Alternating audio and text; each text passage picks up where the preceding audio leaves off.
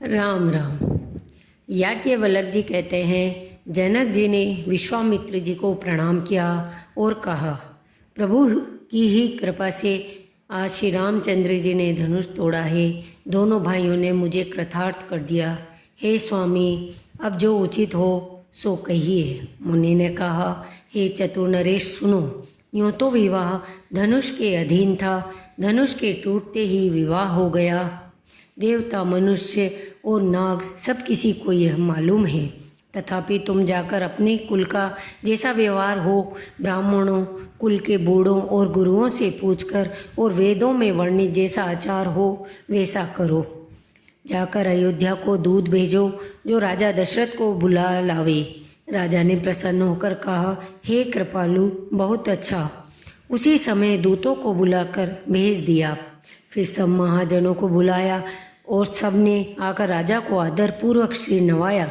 राजा ने कहा, बाजार, रास्ते, घर, देवालय और सारे नगर को चारों ओर से सजाओ, जिसमें मणियों के अनेकों सुंदर दीपक हों। ऐसे सुंदर और उत्तम बंदरवार बनाए जाएं मानो कामदेव ने फंदे सजाए हों। अनेकों मंगल कलश, सुंदर ध्वजा, पताका, पर्दे और चंवर बनाए जिसमें मणियों के अनेकों सुंदर दीपक हों। उस विचित्र मंडप का तो वर्णन ही नहीं किया जा सकता, जिस मंडप में श्री जानकी जी दुल्हन होंगी और जिस मंडप में रूप और गुणों के समुद्र श्री रामचंद्र जी दूल्हे होंगे। वह मंडप तो तीनों लोकों में प्रसिद्ध होना ही चाहिए।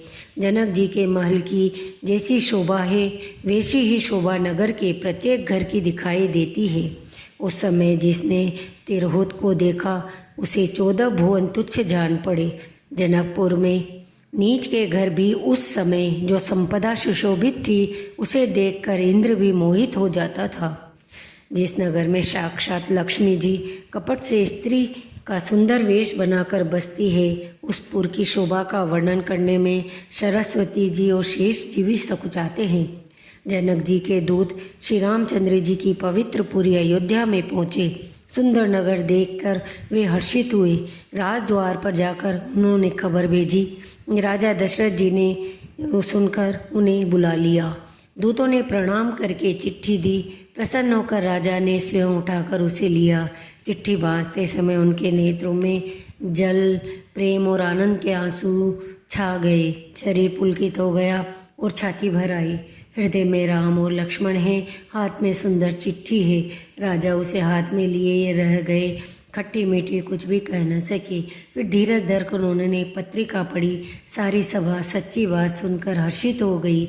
भरत जी अपने मित्रों और भाई शत्रुघ्न के साथ जहाँ खेलते थे वहीं समाचार पाकर वे आ गए।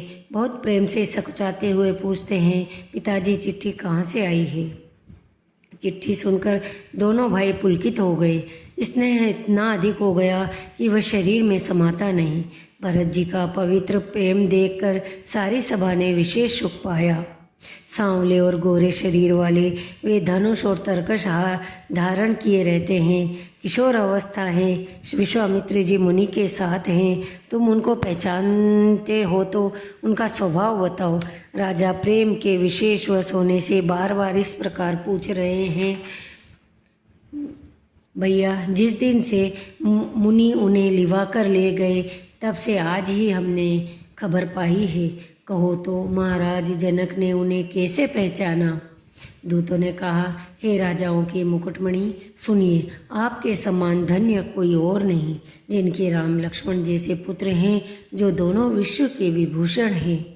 सीता जी के स्वयंवर में अनेकों राजा एक से एक बढ़कर योद्धा एकत्र हुए थे, परंतु शिव जी के धनुष को कोई भी न हटा सका। सारे बलवान वीर हार गए।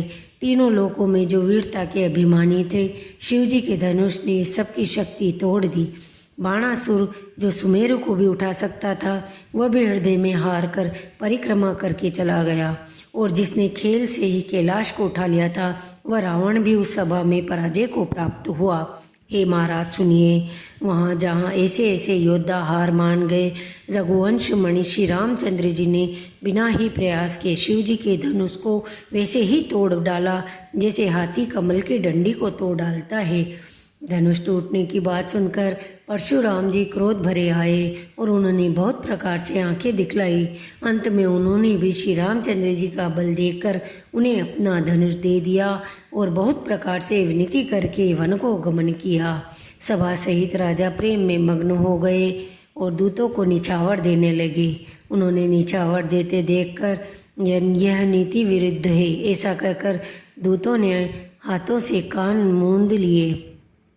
तब राजा ने उठकर वशिष्ठ जी के पास जाकर उन्हें पत्रिका दी और आदर पूर्वक दूतों को बुलाकर सारी कथा गुरुजी को सुना दी। राजा ने सारे रनिवास को बुलाकर जनक जी की पत्रिका वांचकर सुनाई। राजा सुनकर समाचार सुनकर सब रानियां हर्ष से भर गई और 14 लोकों में उत्साह भर गया कि जानकी जी और श्री रघुनाथ जी का विवाह होगा। यह शुभ समाचार पाकर लोग प्रेम मग्न हो गए। रास्ते घर और गलियां संजाने लगे। दशरथ के महल की शोभा का तो वर्णन कौन कवि कर सकता है, जहाँ समस्त देवताओं के शिरोमणि श्री रामचंद्र जी ने अवतार लिया। फिर राजा ने भरत जी को बुला लिया और कहा कि जाकर घोड़े, हाथी और रथ सजाओ, जल्दी रामचंद्र जी की बारात में चलो। यह सुनते ही भरत जी ने सब सहानियों को बुलाया और उन्हें घोड़े सजाने की आज्ञा दी। वे प्रसन्न होकर उठ दौड़े। सब घोड़े बड़े ही सुंदर और चंचल चाल के हैं, मानो हवा का निरादर करके उड़ना चाहते हैं। उन सब घोड़ों पर भरत जी के समान अवस्था वाले सब छेल छबीले राजकुमार सवार हुए। वे सभी सुंदर हैं और सब आभूषण धारण किए हुए हैं। उनके हाथों में बाण और धनुष हैं, कमर में भारी तरकश बंधे हुए हैं। रथों पर चढ़ चढ़कर बारात नगर के बाहर जुटने लगी। जो जिस काम के लिए जाता है सभी को सुंदर शकुन होते हैं। राजा दशरथ के दरवाजे पर इतनी भारी भीड़ हो रही है कि अगर वहाँ पत्थर फेंका जाए तो वह भी पिसकर धूल हो जाए। अटारियों पर चढ़ी स्त्रियाँ मंगल थालों में आरती लिए देख रही हैं और नाना प्रकार के मनोहर गीत गा रही हैं। उनके अत्यंत आनंददायक का बखान नहीं हो सकता। तब सुमंत्री जी ने 2 रथ सजाकर उनमें सूर्य के घोड़ों को भी मात दे करने वाले घोड़े जोते।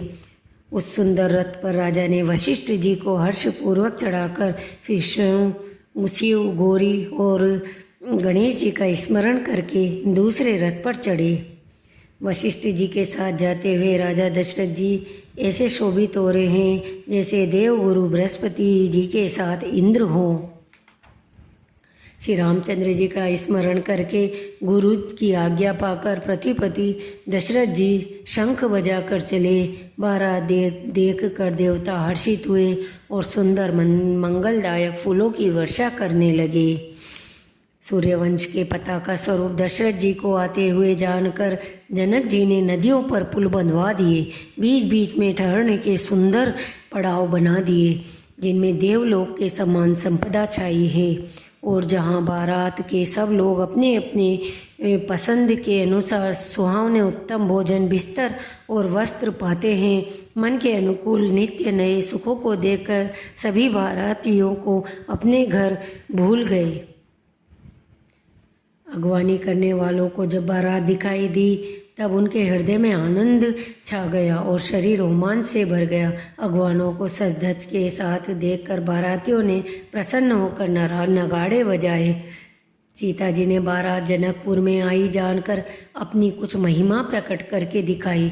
हृदय में स्मरण कर सब सिद्धियों को बुलाया और उन्हें राजा दशरथ जी की मेहमानी के लिए भेजा। सीता जी की आज्ञा सुनकर सब सिद्धियां जहाँ जनवासा था वहाँ सारी संपदा, सुख और इंद्रपुरी के भोग विलास को लिए हुए गई। बारातियों ने अपने अपने ठहरने के स्थान देखे तो वहाँ देवताओं ने सब सुखों को सब प्रकार से सुलभ पाया।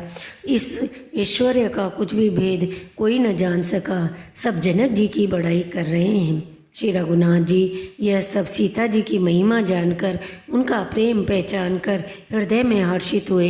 पिता दशरथ जी के आने का समाचार सुनकर दोनों भाइयों के हृदय में महान आनंद समाता न था। संकोचवश वे गुरु विश्वामित्र जी से कह नहीं सकते थे, परंतु मन में पिताजी के दर्शन की लालसा थी।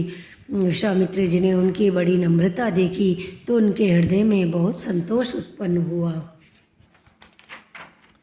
प्रसन्न होकर उन्होंने दोनों भाइयों को हृदय से लगा लिया। उनका शरीर पुलकित हो गया और नेत्रों में जल भर आया। वे उस जनवासे को चले जहाँ दशरथ जी थे, मानो सरोवर प्यासे की ओर लक्ष्य करके चला हो। जब राजा दशरथ जी ने पुत्रों सहित मुनि को आते हुए देखा, तब पृथ्वीपति दशरथ जी ने मुनि के चरण धूलि को बारंबार सिर पर चढ़ाया और दंडवत प्रणाम किया। विश्वामित्र जी ने राजा को उठाकर हृदय से लगा लिया और आशीर्वाद देते हुए कुशल पूछी। फिर दोनों भाइयों को दंडवत प्रणाम करते देखकर राजा के हृदय में सुख समाया नहीं। पुत्रों को उठाकर हृदय से लगाकर उन्होंने अपने दुसह दुख को मिटाया। पुत्रों से दशरथ जी को देखकर नगर के स्त्री पुरुष बहुत ही प्रसन्न हो रहे हैं। आकाश से देवता फूलों की वर्षा करके नगाड़े बजा रहे हैं और अप्सराएं गा गा कर नाच रही हैं। बारात लग्न से एक दिन पहले आ गई। इससे जनकपुर में अधिक आनंद छा गया। सब लोग ब्रह्मानंद प्राप्त कर रहे हैं और विधाता से मनाकर कहते हैं कि दिन रात बढ़ जाएं। बोलिए श्री रामचंद्र भगवान की जय, पवन सुत हनुमान की जय, उमापति महादेव की जय। इससे आगे की कथा अगले अंक में। कृपया मेरा चैनल सब्सक्राइब करें। धन्यवाद।